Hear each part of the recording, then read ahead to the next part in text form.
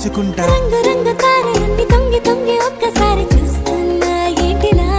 ఆ పైన లేని వెన్నెలంత నేల మీదకొచ్చినట్టు నువ్వు అంటే చూడవా. చిన్ని